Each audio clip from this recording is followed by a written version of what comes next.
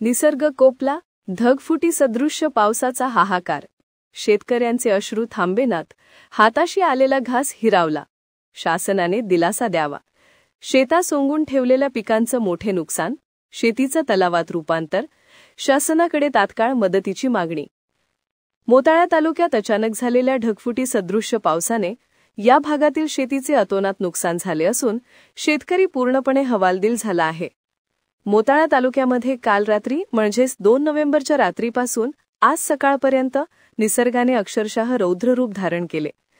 तालुक्यातील धमणगाव बढे, रिधोरा खंडोपंथ, लिहा, पिंपळगाव देवी, निपाणा, आव्हान, उर्हा माळेगाव, पान्हेरा कोल्हीगवळीसह अनेक गावांमध्ये ढगफुटी सदृश्य असा मुसळधार पाऊस झाला.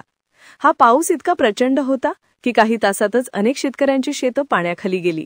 शेतकऱ्यांनी कष्ट करून उभे केलेले व सोंगणीला आलेले मक्का, कापूस, सोयाबीन आणि तूर यांसारखी पिके पूर्णपणे नष्ट झाली आहेत.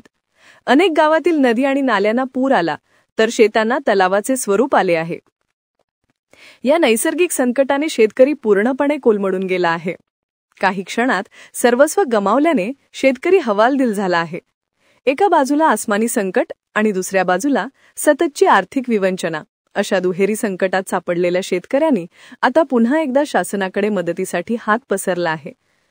या सर्व संकटग्रस्त शेतकऱ्यांची शासनाकडे एकच मागणी आहे की प्रशासनाने या नुकसानीचे तात्काळ पंचनामे करावेत, पाहणी करून लवकरात लवकर योग्य मदत आणि दिलासा द्यावा, जेणेकरून या संकटातून शेतकऱ्याला सावरता येईल.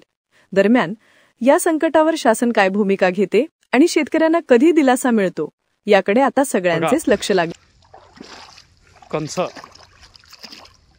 माझ्या वावरात टोंगळ्याबरोबर पाणी तुंबलेलं आहे.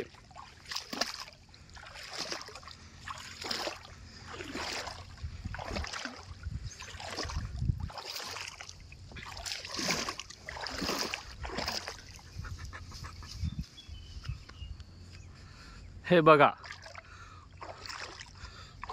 पूर्ण शेतातील परिस्थिती.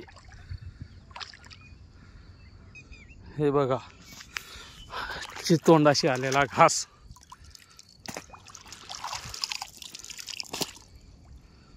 पूर्ण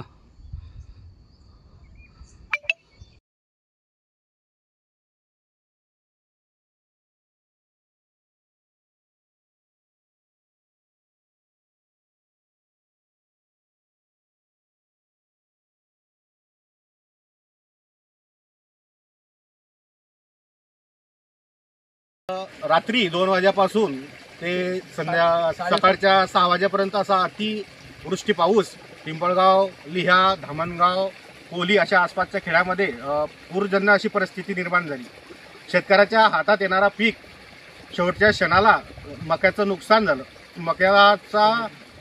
मका आणि सोयाबीन आता काही दिवसातच म्हणजे त्याचं नगदी पीक आता आपल्या शेतकऱ्याच्या हातात येणार होतं ते देवांनी हिरवून टाकलं. आणि जे कपाशी आता आपण दाखवतोय तुम्हाला, ते क्षेत्र आहे कपाशी, आता बोंड येचण्याच्या तयारीत असताना शेतकऱ्यांचं एवढं खतरनाक नुकसान झालेलं आहे की कोणत्याच प्रकारचं शेतात माल येण्याची आता अक्षरशः राहिलेली नाही. हा माल 2000 रुपये, हे आपले 2000 रुपये क्विंटल सुद्धा कोणी घेणार नाही विषय हा.